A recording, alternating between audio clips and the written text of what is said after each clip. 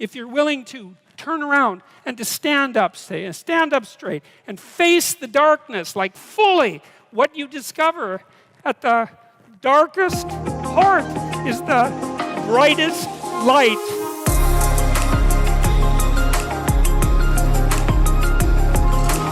You have to be tough as a damn boot to be good, because you have to stand your ground when you need to stand your ground, and you have to be able to say no when it's time to say no, and you have to mean it. And so then you have to think and plan strategically so that when you're going to say no, you can mean it and it will stick. You know, and that takes a certain amount of integrated malevolence, I would say. And once it's integrated, it's not malevolence, it's strength. It's strength of character. It's the ability to stand your ground. And you have to cultivate that. And you cultivate that at least in part by telling the truth.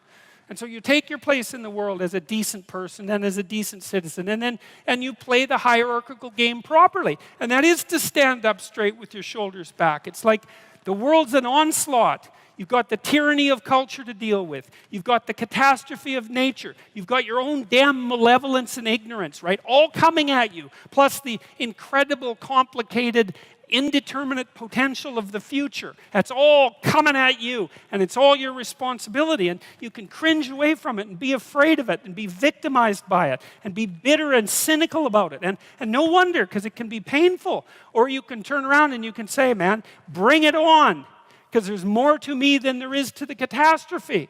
And this is what I discovered from looking at what I looked at. I looked at the darkest things I could look at, really, for 30 years. I was really a lot of fun to be around, I can tell you.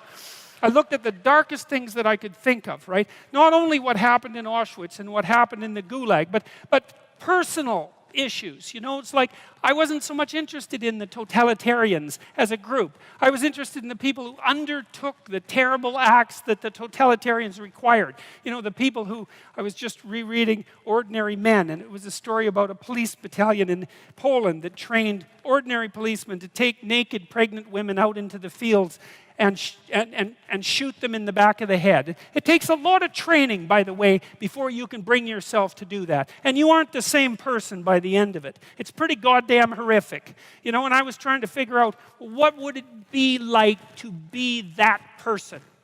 Because we are that person. And then what would it be like to not be that person, right? To refuse to do that, to not participate in that.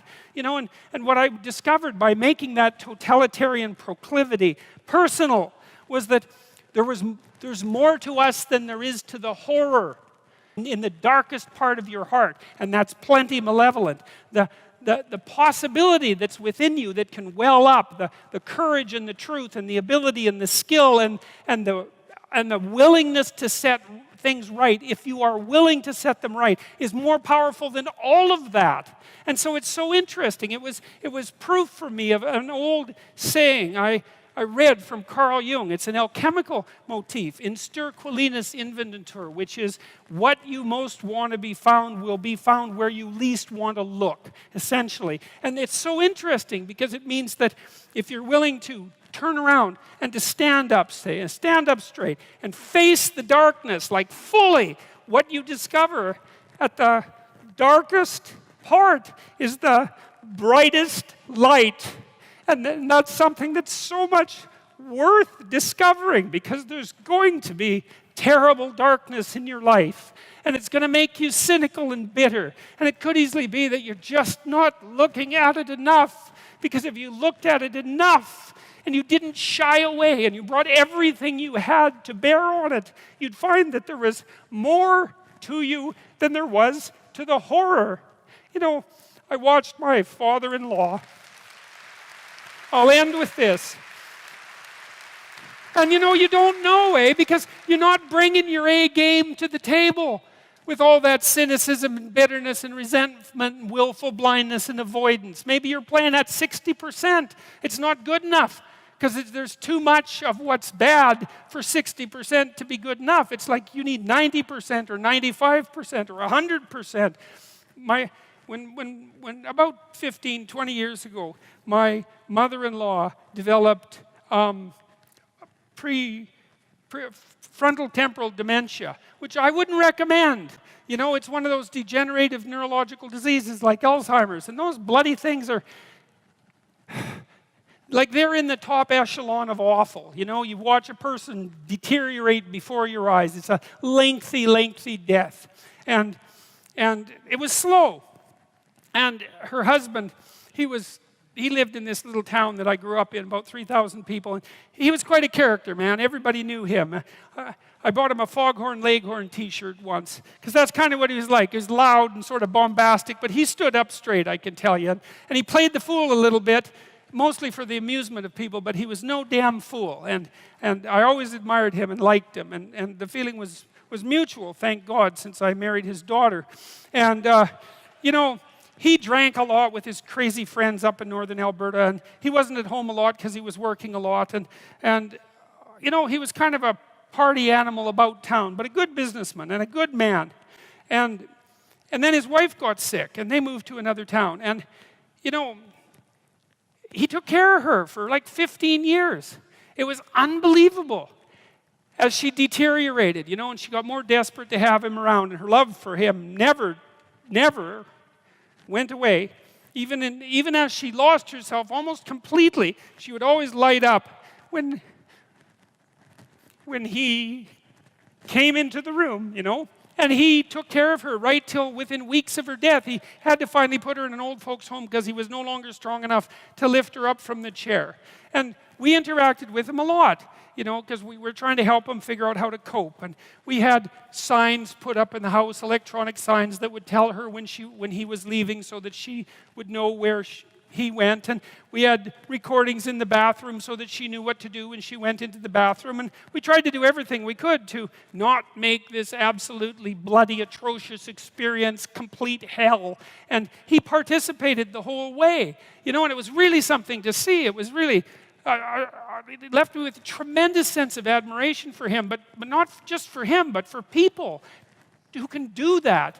You know, and if there was a new decline, he took it on, and he didn't complain about it, and he tried to do what he could, you know, and like it was no picnic, don't get me wrong, but it wasn't hell. And then we were all gathered around the deathbed, my wife's mother's deathbed, and the family was there, and they got along pretty well, you know.